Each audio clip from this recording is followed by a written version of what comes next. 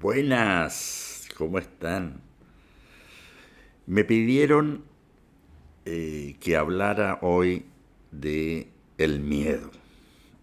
El miedo, a pesar de que el año pasado, hace un año atrás, grabé un video sobre el miedo, bueno, es un tema tan largo que les pido que se pongan los auriculares porque viene para largo el tema. ¿No? Y así lo pueden seguir escuchando mientras caminan, conducen, etcétera, etcétera. En fin, bueno, el miedo es una de las tres emociones que yo llamo las emociones desagradables. ¿Qué quiere decir eso? Que las queremos, ojalá, desprendernos rápido de eso. A cambio de, en cambio, la alegría, queremos quedarnos en la alegría. En fin, entonces, estas tres son, para ir directo al grano, son la ira, la tristeza y el miedo. Esas son las tres terribles. Ahora hablaremos solamente sobre el miedo, la que ocurre en forma más soterrada, más silenciosa, porque la ira uno la siente y se mueve la bilis y el cuerpo te avisa. La depresión causada por la tristeza también se nota, o sea, el desánimo, el querer estar solo, no vincularse con los demás, no tener sentido de la vida, etcétera. La tristeza también se siente, tiene síntomas reconocibles, más fáciles de distinguir que el miedo. El miedo opera en forma silenciosa, incluso no sentimos que tenemos miedo. El miedo, obviamente el miedo biológico sí lo sentimos, el susto, el terror, el pánico, todo eso es producto de un estímulo externo. Si yo me meto a la selva, obviamente voy a sentir miedo y si se me aparece una anaconda voy a sentir pánico, ¿no es cierto? Pero hoy vamos a hablar más bien del miedo, aquel miedo que ocurre en la psiquis, en la mente. ¿Mm? Porque el miedo es, por definición, es una emoción que sobre algo que no está ocurriendo. A diferencia de la tristeza o de la ira. El miedo es algo que uno supone que va a ocurrir, algo feo, algo malo, algo agresivo, algo amenazante, algo problemático. Es decir, es una emoción anticipatoria. Desde el punto de vista biológico está bien diseñado porque nos ayuda a prever un peligro, ¿no es cierto? Anticiparnos ante una emergencia, etcétera. Pero en el caso de lo psicológico se vuelve en contra este mecanismo de la evolución anticipatorio y nos juega en contra, nos hace sufrir. A tal punto nos hace sufrir aquel mecanismo de prever algo que suponemos que va a ocurrir o algo que ocurrió en el pasado muy remoto, pero que no queremos por ningún motivo que vuelva a repetirse. Es decir, estamos en estado de alerta para que no vuelva a ocurrir aquello que nos dolió, nos hizo sufrir. A la primera señal de, de potencial peligro, se activa ese miedo que está archivado en nuestra memoria. Y entonces comenzamos a actuar con miedo, es decir, actuamos preventivamente tomando precauciones y suponiendo cosas que no están ocurriendo. Es tal el mecanismo de autodefensa que podemos tener miedos a hoy en día de cosas que ocurrieron cuando teníamos 5 años. Entonces tenemos miedo, por ejemplo, al abandono, que sufrimos esa emoción, ese miedo de abandono, lo sufrimos a los 5 años. Pero resulta que quedó grabado porque fue impactante, muy impactante a esa edad, porque éramos pequeños, no sabíamos cómo defendernos, supusimos que nos iban a abandonar, a veces era cierto, a veces no. Y sin embargo, las personas que quedan marcadas por este miedo son personas que pasan el resto de sus vidas en estado de alerta respecto al abandono. Entonces se genera una necesidad de establecer vínculos con las demás personas, de apego, de estar al servicio de los demás para que no te vayan a abandonar. Entonces, en términos preventivos, y por eso es un miedo, en términos preventivos, yo pospongo mi vida en función de no ser abandonado por ningún motivo. Se dan cuenta que es gravísimo. Es gravísimo que uno pueda estar toda una vida dependiendo de un miedo particular.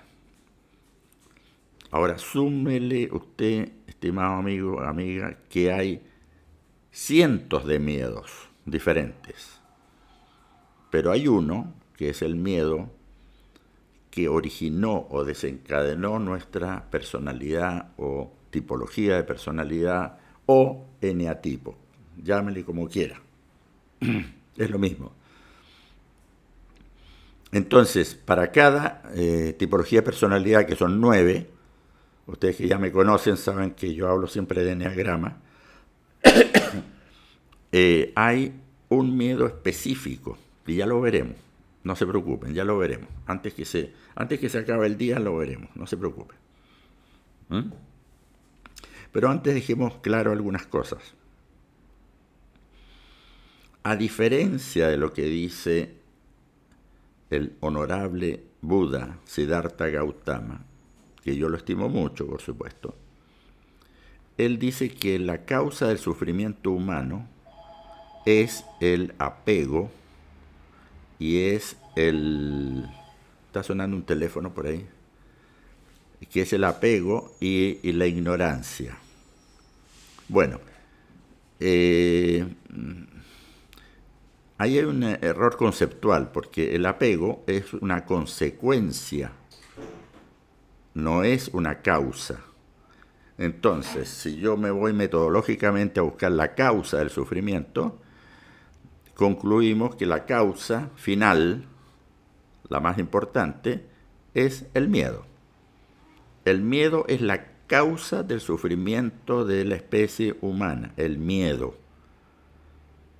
Es impresionante los estragos que deja el miedo, ya lo iremos viendo. De hecho, escribí un libro que se llama La enfermedad del miedo, y dice la enfermedad porque precisamente lo planteó como una pandemia que influye en todos los seres humanos, salvo en los iluminados. Son los únicos que se salvan. Los demás todos tenemos uno o muchos miedos. Bueno, entonces, ¿cómo reconocer si estoy teniendo miedo? Si acabo de decir que el miedo pasa inadvertido, no se siente, opera, nos condiciona, pero no se siente, salvo el susto, ¿no? El susto, pero un susto más biológico. Si yo tengo, por ejemplo, miedo a hablar en público y me cuesta salir al escenario y ponerme frente al micrófono, bueno, ese miedo sí lo estoy sintiendo en el cuerpo. Hasta se me puede nublar la vista y yo ver a la masa de público, verlos borrosos, porque estoy muy nervioso. Pero en realidad el miedo que estoy teniendo es el miedo a no dar la talla. O sea, no estar a la altura de lo que yo supongo que se espera de mí en esa charla que voy a dar. Entonces, obviamente, me pongo nervioso. Si me pongo nervioso, tiene efectos físicos.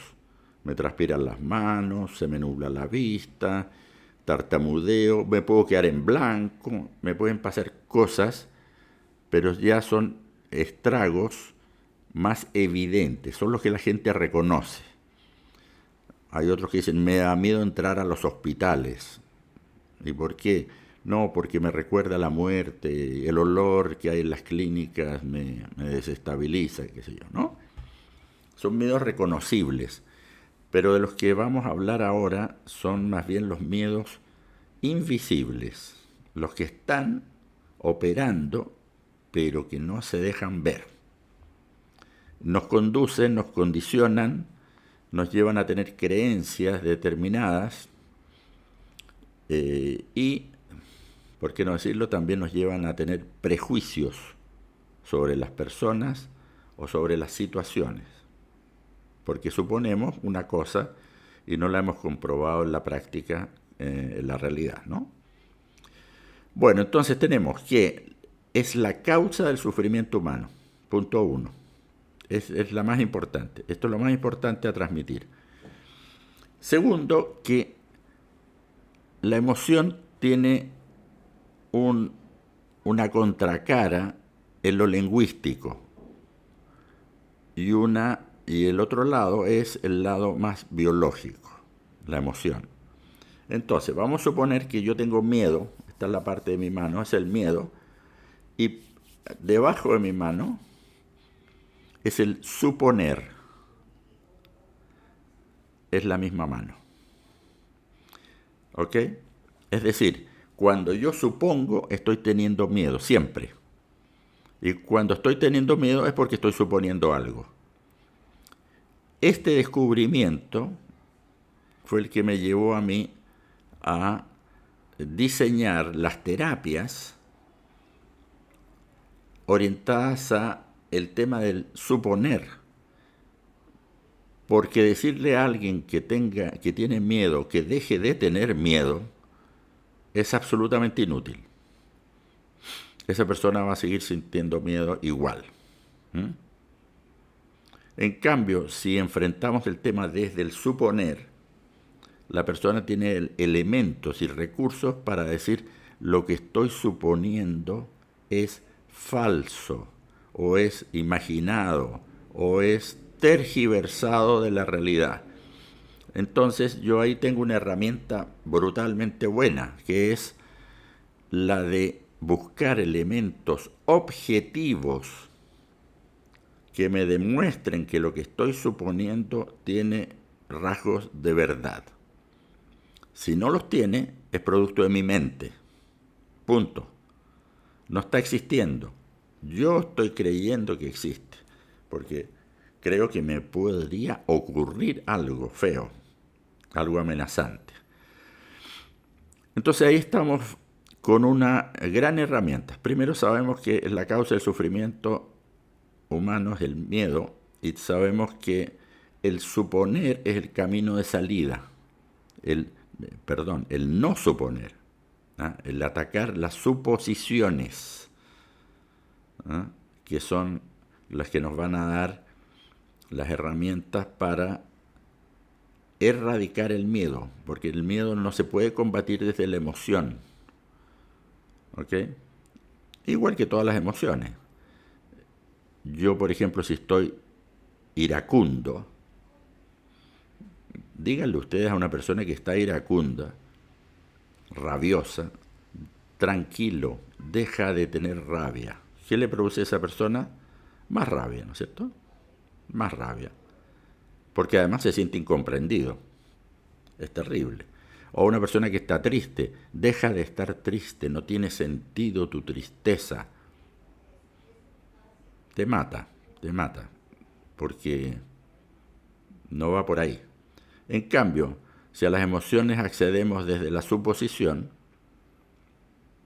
podemos decir, estás agrandando el problema, o piensa esta otra alternativa, o has evaluado tal o cual cosa, etcétera, etcétera. Entonces la persona puede aferrarse a eso y no descartarlo como una posible solución a su problema, ¿no? Bueno, en el caso del miedo, una de las causas, no la causa, uno de los problemas más recurrentes en la sociedad actual es que este miedo se manifieste como ansiedad. Quiero que lo que espero llegue pronto, que ya esté aquí.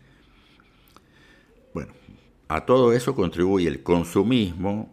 Estamos acostumbrados también culturalmente a obtener resultados rápidos que nos va a dar Google o la inteligencia artificial o el TikTok. Es decir, estamos bastante condicionados a querer respuestas rápidas, cortas y eficaces y saltarnos vivir y experimentar los procesos. Es una fuente muy, muy, muy, muy importante de ansiedad. Cuando la ansiedad toma unos ribetes un poco más gruesos, le llamamos angustia. Y muchos asocian la angustia con la angustia existencial, el sinsentido de la vida, el para qué estoy aquí, qué hago, o lo asocian a estoy atrapado, estoy angustiado, porque no sé qué hacer. No sé si hacer esto o lo otro. Y ambas alternativas tienen sus pros y sus contras, pero yo no me decido. Entonces entro en la fase de la angustia. La angustia es estar atrapado, ese es el estrés. Yo recuerdo una paciente que estaba muy estresada porque me decía que odiaba al jefe de la oficina, lo quería matar prácticamente. O sea, lo odiaba pero con vocación. Y al mismo tiempo no podía abandonar ese trabajo ni renunciar porque tenía que mantener una familia, era madre soltera. Entonces, ¿qué hacer? Angustia, angustia, angustia. Todos los días se repetía lo mismo. ¿Qué hago yo aquí en esta oficina? Lo detesto. No le puedo decir nada, no me puedo revelar, no me puedo ir ni puedo renunciar. Horrible. Entre la espada y la pared. Este problema que es tan, yo lo estoy poniendo así como tan fácil, es un problema que tiene, yo diría que el 85% de la humanidad, que están atrapados en una situación y en un contexto en que no le ven la salida, porque están analizando los pros y los contras y ambos tienen problemas. Si yo mato al jefe, me voy a la cárcel.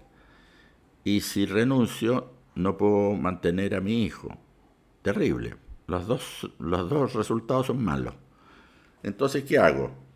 Bueno, yo le di una tarea y se las voy a contar. Le di la tarea que escribiera su carta de renuncia, agradeciendo a la institución, etcétera, etcétera, muy amable, y le pusiera que iba a partir del 1 de marzo del próximo año. Faltaban alrededor de 4 meses. Y que la metiera en un sobre y lo guardara en el cajón de su escritorio con llave. Y me dijo, usted se está riendo de mí. Me dijo, quiere que firme una carta de renuncia si no puedo renunciar. No, no, no, le dije yo, si no se trata de que la entregues, solo escríbela. Escribió la carta, me hizo caso, escribió la carta, la guardó en el cajón, y a la semana siguiente cuando nos vimos en la consulta me dijo, se me fue la angustia, me dijo. Ah, y yo le dije, ¿entregaste la carta? No, está en el cajón, pero no sé qué me pasó, que se me fue la angustia. Bueno, la explicación parece milagrosa, pero no lo es. La explicación es que la persona dejó de poner el foco en el problema para concentrar toda su energía en una solución. Y sin querer queriendo, esta persona empezó a buscar trabajo en otros lados.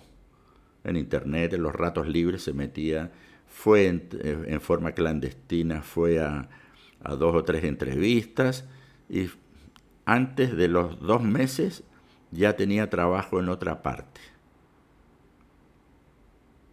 No necesitó usar la carta. La carta estaba aquí. Era la posibilidad de renunciar y que la vida le iba a ofrecer una alternativa buena. Y yo cuando digo la vida no estoy diciendo el macrocosmos ni el universo, no. Estoy diciendo que uno puede generar las condiciones para que la vida se manifieste bien para uno, ¿no? Bueno, ese es el estrés de estar atrapado entre dos fuegos y no saber qué hacer. ¿Y cuál fue la solución? Salirse del escenario del estrés. Pero usted me dirá, bueno, pero si yo no llego a fin de mes con mi sueldo, ¿qué hago? El país, la economía del país, etcétera, etcétera. Hay un sinnúmero de explicaciones. Bueno, entonces tengo miedo de no llegar a fin de mes, y al mes siguiente tengo miedo de no llegar a fin de mes, y al mes siguiente tengo miedo de no llegar a fin de mes. Se da cuenta que vivir con miedo permanente es una tortura para cualquier ser humano. Es como a los presos cuando para interrogarlos no los dejan dormir durante 3 días. Y no pueden dormir. Es de las peores torturas que se le puede hacer a un ser biológico. Es horrible, ¿no? Bueno, entonces, si no llego a fin de mes, ¿qué hago? Porque tengo miedo de perder el trabajo, tengo miedo de no poder pagar las cuentas, tengo miedo de no pagar la cuota del colegio de mi hija, etcétera, etcétera. Puros miedos. ¿Qué hay que hacer? Ponerse en acción. Ponerse en acción.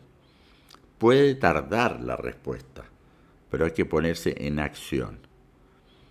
Entonces dice la persona, sí, pero es que el mercado laboral está muy malo, no va a haber oportunidades para mí.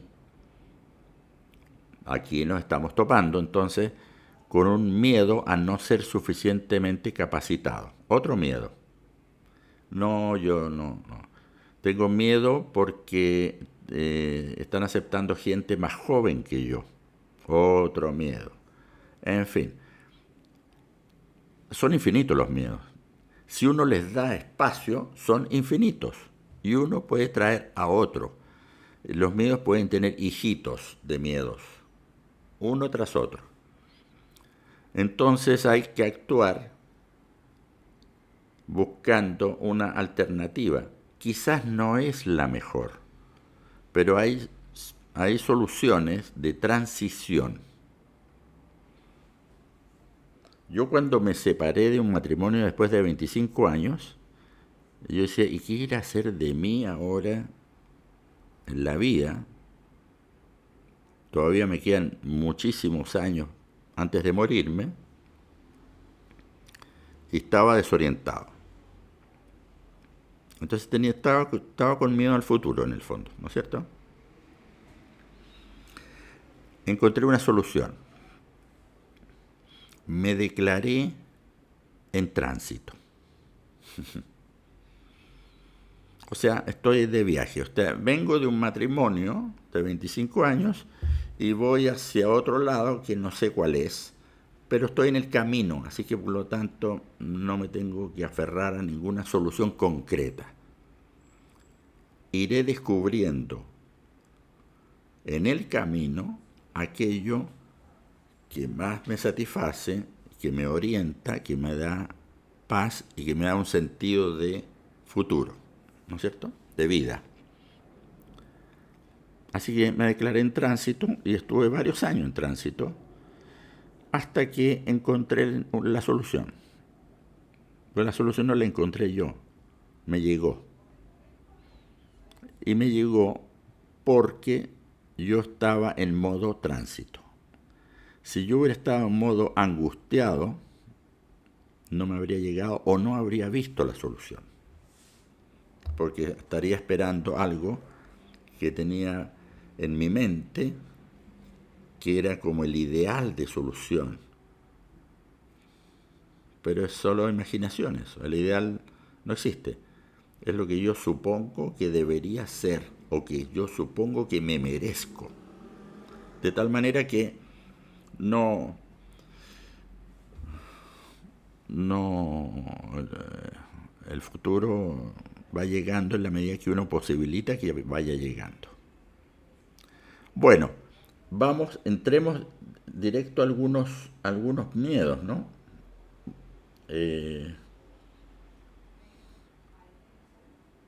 A ver, veamos los miedos. Yo les voy a ir mencionando algunos miedos, a ver cómo ustedes se sienten, si los tienen, no los tienen. Miedo, los tengo anotados aquí en una lámina de un PowerPoint. Miedo a la desprotección. Este miedo casi ni se menciona, pero es una sensación permanente que está acompañándonos todo el día, que yo sé que si no me ocupo yo de mis cosas, nadie se va a preocupar de mí. Me refiero ni al Estado, ni a los políticos que voté, ni a la humanidad, nada. Estoy desprotegido. A lo más vendrá en socorro mío algún amigo, pariente o la pareja, pero son poquitas las personas que pueden estar ahí. Pocas. Y este sentido de desprotección se da con la vivienda, con la salud, con la educación. Estoy a merced de otros factores que no puedo controlar y que me gustaría tener para sentirme protegido. Sentirse protegido no significa estar ayudado, significa saber que tengo una red, que estoy en el trapecio, pero hay una red abajo del trapecio. No vivo en el trapecio, no vivo en la red, vivo porque quiero vivir y arriesgarme con la vida, pero en el trapecio. Pero me gustaría que siempre hubiera una red por si acaso, ¿no es cierto? Por si acaso. Bueno, esa sensación de desprotección es lo que nos lleva a tomar seguros de vida,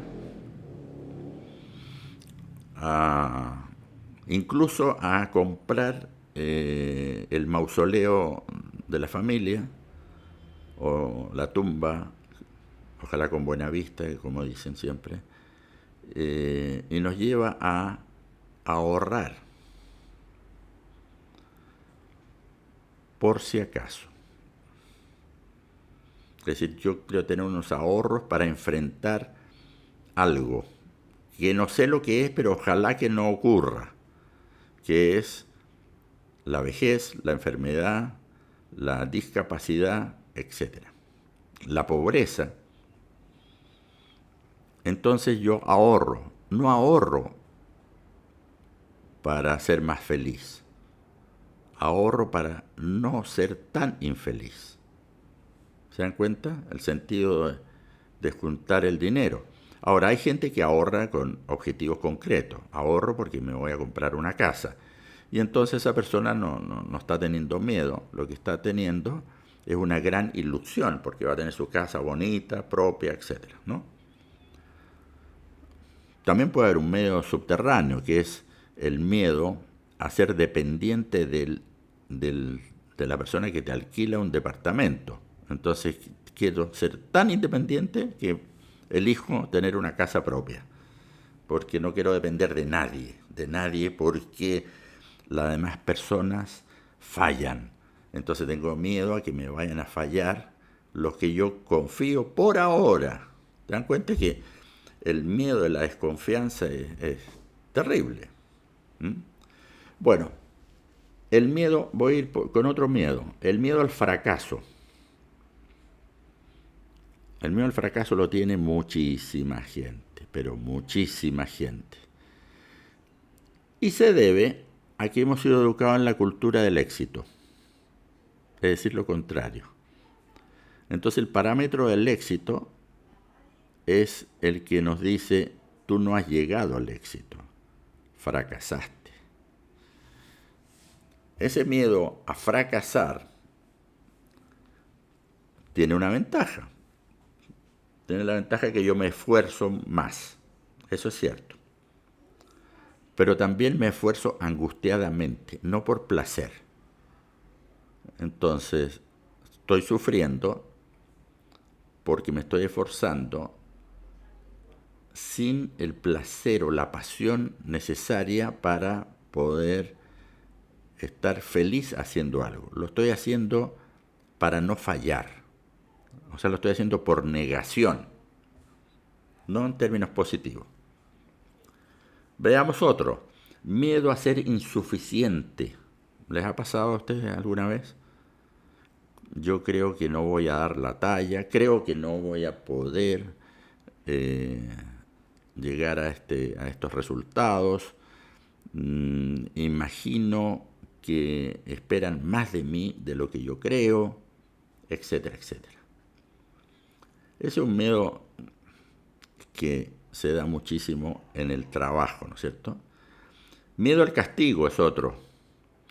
Los castigos no necesariamente es que a uno lo encierren en un ropero y lo dejen ahí sin hablar durante 2 días, ni que te vayan a meter una multa.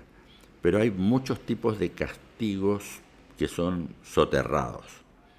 Por ejemplo, el castigo de no incluirte en un grupo humano.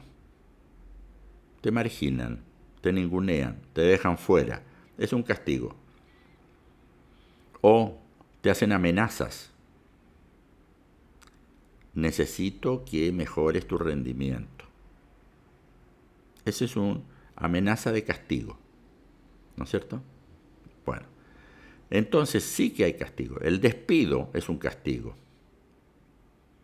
No es la renuncia, que es distinto. Es, usted no lo hizo bien, por lo tanto tiene que ser castigado porque hay gente mejor que usted, que están esperando allá afuera en la puerta porque la situación del país está muy, muy mal y hay tanta gente necesitada y usted ha desaprovechado esta oportunidad con nosotros. Esos son los jefes de personal, dicen esas cosas, ¿no? Se las saben de memoria. Bueno, otro miedo a la represión. Es decir, es aquel miedo en que si yo me salgo de los márgenes, voy a ser reprimido, castigado, ¿no es cierto? Y ahí está todo el tema de la libertad de expresión. Tengo miedo a que si digo ciertas barbaridades o ciertas verdades, me van a reprimir. Si yo digo tal cosa, tú eres comunista. Si digo tal otra, es que tú eres neoliberal. ¿No es cierto? Siempre hay una represión que es una forma de encasillarlo que tiene la sociedad hacia uno para que uno se comporte bien, para que sea socialmente aceptable. Y entonces uno puede tomar la opción de ser obediente y sumiso y no va a tener este problema de estar reprimido porque uno va a ir al ritmo, al vaivén de lo que plantea la sociedad. En cambio, el otro camino, el del rebelde, que es mi caso, desgraciadamente, es superior a mí, sufrimos el castigo. El castigo es la no pertenencia, porque uno es incómodo. Es el ninguneo, es decir, te escucho, pero en realidad no te escucho. Te escucho por educación, pero no te escucho. Y por lo tanto el sentimiento de soledad que implica esta rebeldía. Entonces ahí, si yo tengo miedo al castigo, a la exclusión social, obviamente me voy a comportar de tal manera que no me repriman. Entonces tengo dos alternativas. O me reprimo, lo disimulo, o me quedo callado. Y si me quedo callado, pero necesito expresarlo, lo escribo en un libro, por ejemplo. Pero tiene que tener algún canal de salida. Salvo que yo haya elegido la sumisión como el espacio más agradable para vivir, donde nadie me puede decir nada porque soy obediente. Miedo a la carencia. Miedo a la carencia. Por eso hay tanta gente pidiendo por la abundancia. Le piden al universo abundancia, abundancia, abundancia de salud, de dinero, de amor. ¿No es cierto? Tenemos miedo a que falte algo. Y curiosamente somos muy mal agradecidos con lo que no nos falta, que generalmente es suficiente para vivir. Generalmente es suficiente. Sin duda, hay personas que no tienen ni lo más mínimo y están en una condición que yo la califico de infrahumana, condiciones de vida pero espantosas. Obviamente, esa persona no tiene miedo a la carencia, lo que tiene es carencia, ¿ok? La está viviendo pero a todo vapor, ¿ya? El que tiene algo y tiene miedo a la carencia es porque siente que le falta algo. O le podría faltar algo. ¿Qué voy a hacer yo si el día de mañana, etcétera, etcétera? Se dan cuenta los estragos del miedo, ¿no? Tengo otro miedo aquí, el miedo al despido, eso ya algo lo hablamos. Bueno, en el miedo al despido se da también una sensación de impotencia. No puedo hacer nada en contra de eso. Es inevitable. Entonces, la gente lo que hace es buscar, apenas huele que puede haber una valoración negativa de su trabajo, lo que hace la persona es intentar investigar. Oye, ¿cómo me está viendo el jefe? Cuéntame. ¿Habré hecho algo que no le gustó al jefe? Etcétera, etcétera. Porque tiene miedo al despido. Entonces vive en estado de alerta, ¿ya?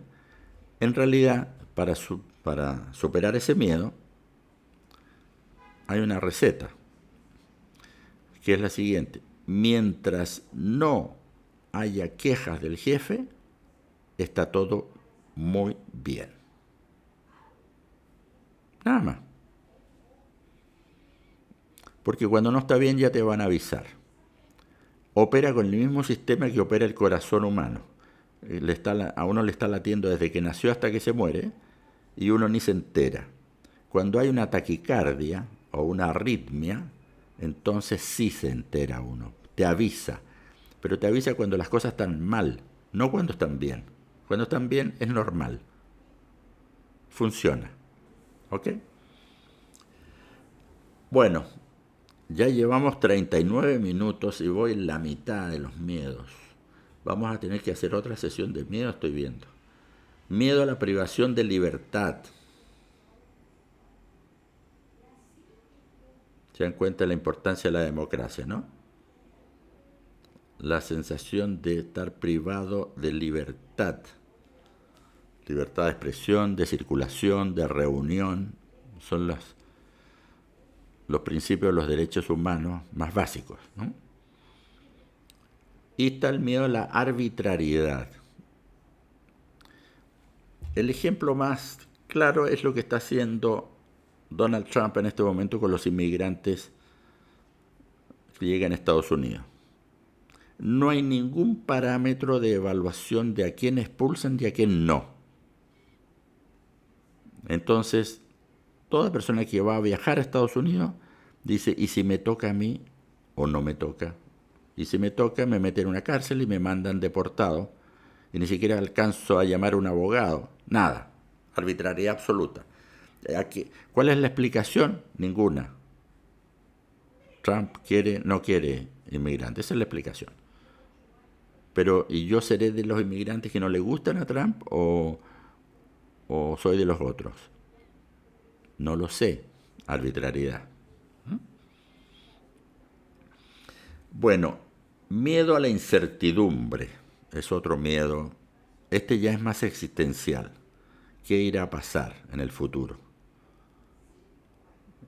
¿Hacia dónde va la humanidad, el mundo? ¿Qué está pasando con las nuevas generaciones? Etcétera, etcétera. Es una visión que tiende a ser distópica de la realidad, ¿no? En que predomina el pesimismo. Ahora, hay un eneatipo particularmente pesimista, que es el eneatipo 6, que incluso tiene un eslogan. Dice, todo incluso puede ser peor. O sea, es pesimista profesional. Porque supone que todo puede ser peor, amenazante, terrible. Ok. Bueno, me quedan varios miedos que me parece importante tocarlos en la próxima sesión. Y hay uno particularmente que me gusta mucho trabajar, que es el miedo a ser uno mismo. Miedo a ser uno mismo. Terrible. Imagínense. Lo único que uno tiene es uno mismo. Me está sonando el teléfono, pero lo vamos a rechazar. Bien. Interrumpe la tecnología. Ok. Bueno, lo que sí, cerremos esta sesión por hoy con la certeza de que el miedo es una forma de suponer, o es lo mismo que suponer. De tal manera que ahí hay una herramienta para trabajar con uno mismo, que es cada vez que estoy suponiendo o teniendo miedo, tengo que ver cuáles son las causas reales de esa suposición. Si son imaginarias o están solo en mi mente, no son objetivas, ya he disipado el miedo en una buena proporción. Entonces ahí hay un camino. El otro camino que hablamos hoy día es el de pasar a la acción. Si yo me quedo pensando en el miedo, al igual que los tumores, crece. Entonces tengo que pasar a la acción, incluso aunque me equivoque. Paso a la acción, me estoy equivocando, corrijo la equivocación, pero ya no estoy en el miedo, estoy en la acción. Ya no tengo estrés, no tengo que decidir una cosa u otra, estoy en movimiento. Bueno, con esas dos, llamémosle tips, no son tips, pero bueno, llamémosle tips. Dejamos la sesión de hoy día y seguimos la próxima con más miedos. Veremos los miedos de cada tipología de personalidad, el específico, y continuaremos con otros miedos que tengo aquí en mi lista terrible de miedos. ¿Ya? Inventé una cosa que les quiero compartir. Esto, si lo escanean, entran a mi web. ¿Ok? Nos vemos en la próxima sesión con más miedos. Adiós.